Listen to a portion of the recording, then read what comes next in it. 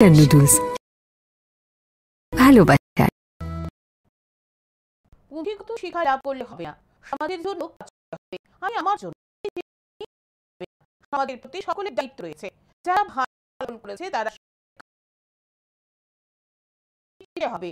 বিদ্যালয় উচ্চ মাধ্যমিক প্রথম 10 জনের তালিকা করে নেওয়া ছাত্রছাত্রীদের সংবর্ধনা প্রদান অনুষ্ঠানে এই কথা বলেন ডাক্তার মানিক সাহা।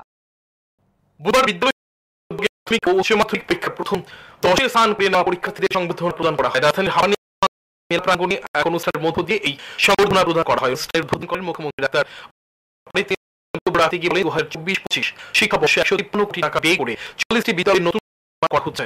80 কোটি 87 লক্ষ ব্যয় করা হয়েছে। 2025-26 অর্থ বছরে 38 বিদ্যালয়ে নতুন ভবন তৈরি করতে 264 কোটি টাকা সংস্থান হয়েছে। পাশাপাশি 180 বিদ্যালয়ের পরীক্ষার পরিকাঠামোগত উন্নয়নের জন্য 153 কোটি টাকা রাখা হয়েছে। তিনি আরো বললেন, বিগত মাধ্যমিক ও উচ্চ মাধ্যমিকে ফলাফলে উদ্বেগ সৃষ্টি হয়েছিল। এবছর ফলাফল অনেকটাই ভালো হয়েছে। বছর মাধ্যমিকে 86.35%, মধ্যে 345টি বিদ্যালয়ে পাশের হার 100%। উচ্চ মাধ্যমিকে 39 বিদ্যালয়ে 100% ছাত্রছাত্রী পাস করেছে। বিদ্যালয়গুলিতেও সফলতা লক্ষ্য করা গেছে। বিদ্যালয় সংখ্যা 1019 এবং 345 স্কুল, যেখানে 100% সেখানে এবং পাশের হার 86.53%। যদি আমরা উচ্চ মাধ্যমিক পরীক্ষার ফল দেখি, মোট পরীক্ষার সংখ্যা ছিল 506 এবং বিদ্যালয়ের সংখ্যা হচ্ছে 373। সেখানে রেজাল্ট আমরা দেখেছি এবং পাশের হার হচ্ছে 79.29।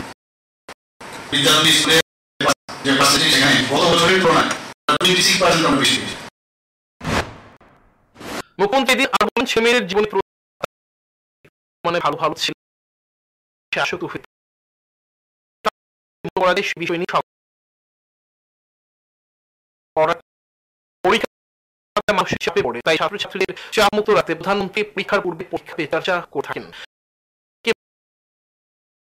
দিকে নজর দিতে হবে, পড়ালেখার পাশাপাশি খেলাধুলাকে গুরুত্ব দিতে হবে। আমাদের প্রধানমন্ত্রী আমরা সবাই জানি এইচএসএস পরীক্ষার সময় আমাদের দিতে হয়। আমরা নিজেরাও দেখেছি কিভাবে স্টুডেন্টদের সেটা শিখেছে। অনেক গার্জিয়ান এবং আমাদের মতো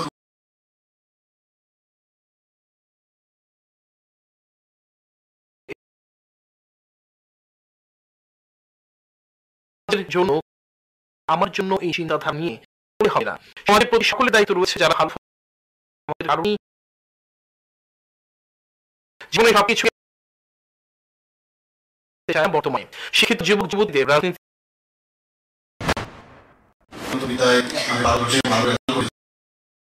সেখানে বসে থাকি তাহলে কিন্তু চলবে না।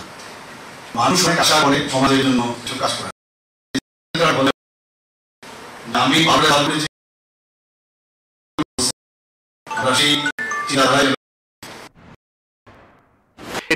মুখ্যমন্ত্রী উপস্থিত ছিলেন শিক্ষা দপ্তরের সচিব রাহুল হেমন্দ্র কুমার, শিক্ষা দপ্তর অধিকর্তা এনসি শর্মা সহ উপস্থিত।